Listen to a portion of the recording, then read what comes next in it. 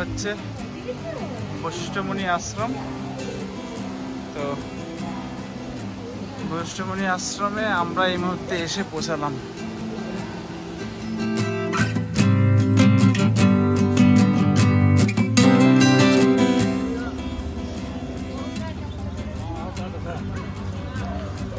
তো ফ্রেন্ডস, আমরা এখন এসছি হচ্ছে বশিষ্ঠমুনি আশ্রম, যেটা তোমরা সবাই জানো হিন্দু ধর্মের সপ্তঋষির এক ঋষি হচ্ছে বশিষ্ঠমুনি। তো এটা গুয়াহাটি থেকে প্রায় 15 থেকে 20 কিলোমিটার দূরে।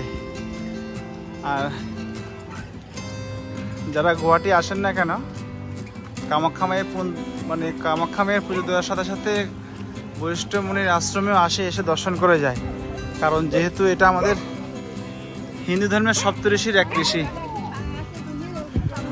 তো মন্দিরে ঢোকার দুপাশে দোকানঘাট রয়েছে, চাইলে এখান থেকে জিনিস কেনাকাটা করতে পারবে।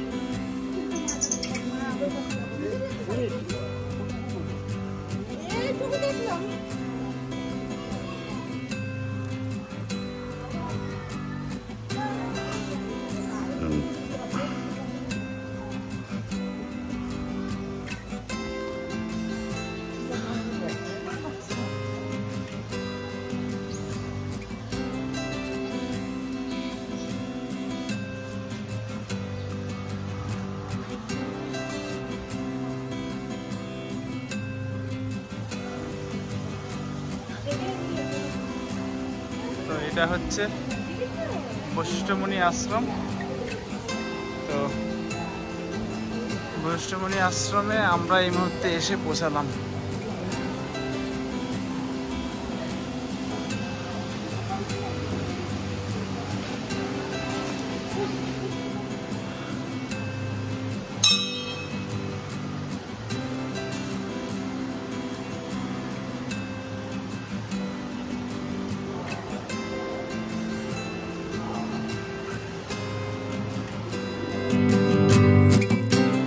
তো ফ্রেন্ডস, আমরা এখন রয়েছি হচ্ছে আসামের একটা বিখ্যাত মন্দির, যেটা হচ্ছে ঋষি বশিষ্ঠ মন্দির।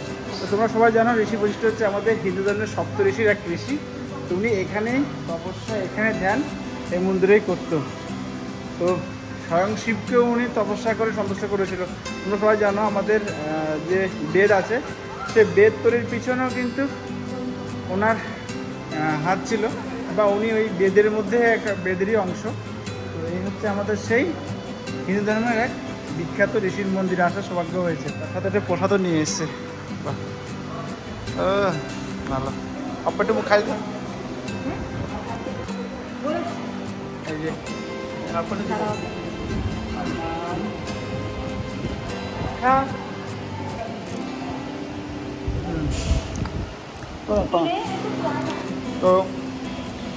তো যাই হোক, পুরোহিত মশাই এখানে ছিল, একজন সেদে বললো যে প্রসাদ খাবে কিনা।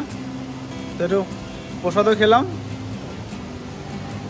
আর মানে সেই মহান জায়গা আর কি বলতে গেলে, আমাদের হিন্দু ধর্মের একটা মহান জায়গায় আসা সৌভাগ্য হলো। আর মন্দিরের সামনে এমনই দ্বাররক্ষী হিসাবে আছে আমাদের ভোলানাথের বাহন। তো যারা ধূপ জ্বালাবে তারা এখানে জ্বালাতে পারে। আরে তো বশিষ্ঠমুনির ভিতরে অ্যাকচুয়ালি ক্যামেরা অ্যালাউ নেই।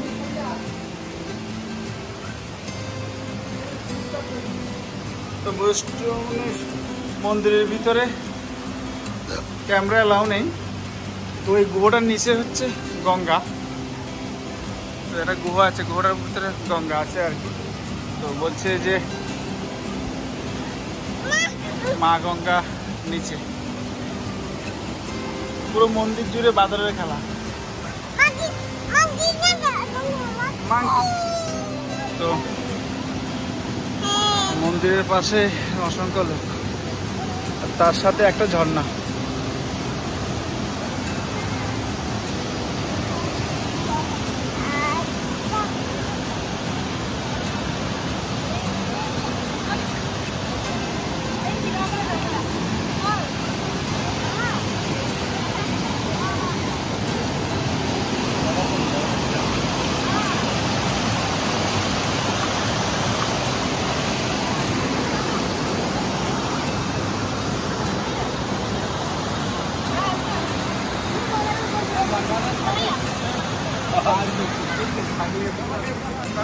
এটা হচ্ছে মন্দিরের পিছনের দিক।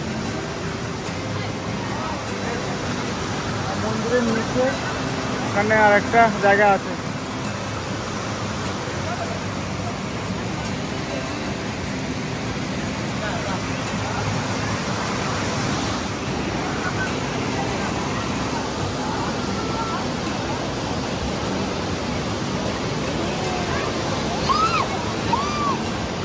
Mamma.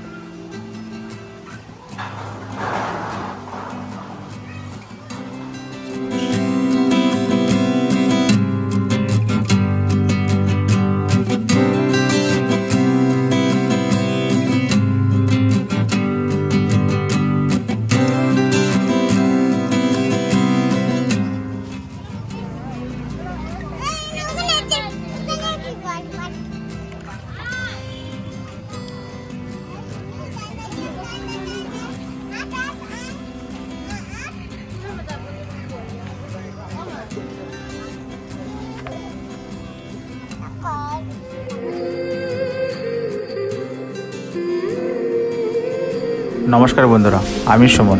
যা ইচ্ছে তাই করিতে আপনাদের সবাইকে স্বাগত।